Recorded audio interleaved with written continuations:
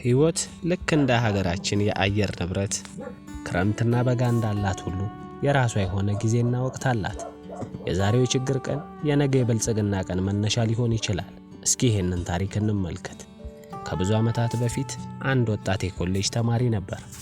ገና በለጋ ዕድሜው ዓለምን ሊቀይር የሚችል ሐሳብ በአእምሮ መጣ። ይህ ሐሳብ የመጣለት እዚያው ኮሌጅ ዶርም ክፍል ውስጥ ሆኖ ነበር። ሐሳቡን ለማድረግ ወዲያው ጥቂት ጓደኞቹን ሰበሰበ። በእነሱ እርዳታ ትንሽ ኩባንያን መሰረተ። መጀመሪያ ላይ ኩባንያቸው ጠንካራ አልነበረም። ልክ እንደ አዲስ እንደተፈለፈለች ጫጩት እጅግ ለጋና ደካማ ነበር። ነገር ግን ተስፋ አልቆረጡም። ጥረታቸውን ቀጠሉ።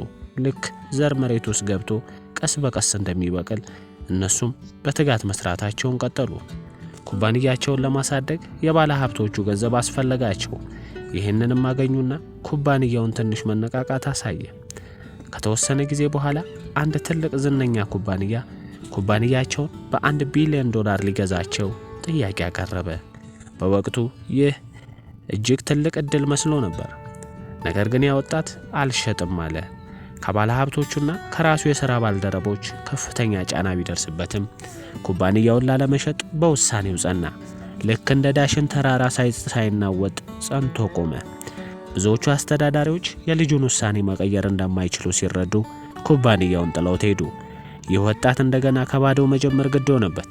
የለቀቁትን ሰዎች ቦታ ለመተካት አዳዲስ ሰዎችን መቅጠር ነበረበት። ልክ እንደ ፈረስ ቤት እንደገና መገንባት ማለት ነው። ግን ዛሬ ምን እንደተፈጠረ ታውቃላችሁ? ያ ኩባንያ ከ1 ትሪሊዮን ዶላር በላይ የገበያ ዋጋ ያወጣል። ባለቤቱ ደግሞ ከ200 ቢሊዮን ዶላር በላይ የተጣራ ሀብት አለው። ገምቱ።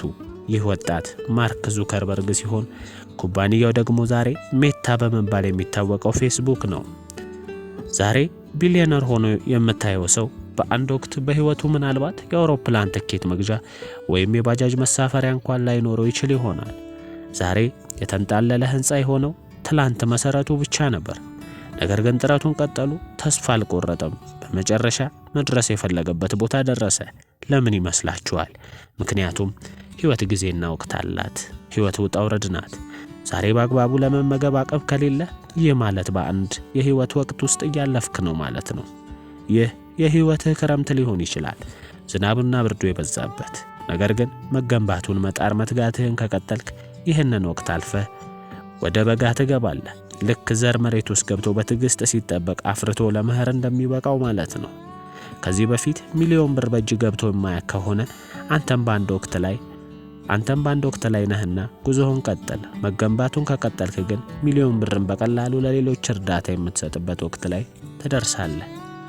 ዛሬ መኪና መግዛት ካልቻልክ በአንድ የህይወት ወቅት ውስጥ እያለፍክ ነው። ልክ እንጀራ ጋግረህ እስኪበስል እንደምትጠብቀው የጥረታችንም ውጤት ጊዜ ይፈልጋል። መገንባቱን ከቀጠልክ ግን መኪናዎችህን ለሰዎች ስጦታ እስከምትሰጥበት ደረጃ ትደርሳለህ። ስለዚህ ነገሮች ገና ባልተሳኩልህ ወቅት ላይ ከሆንክ ማድረግ ያለብህ ብቸኛው ነገር ተስፋ ሳትቆርጥ መገንባቱን መቀጠል ነው። በትጋት መስራት፣ መማርና ማደግ። ከጊዜ ጋር ስትገነባ የነበረውን ነገር ውጤቱ መታየት ይጀምራል። የድካምህ ፍሬ መብሰል ይጀምራል። ያኔ በህይወትህ ወደ ተሻሉ ወቅቶች ትሸጋገራለህ። የዛሬው ችግኝ የነገ ትልቅ ዛፍ ይሆናል። የዛሬው መሰረት የነገው ህንፃ ይሆናል። ስለዚህ በርታ፣ ታገስና መገንባትህን አታቁም። የራስህ የመኸር ጊዜ ይመጣል። አበቃን። በቸር ቆዩን።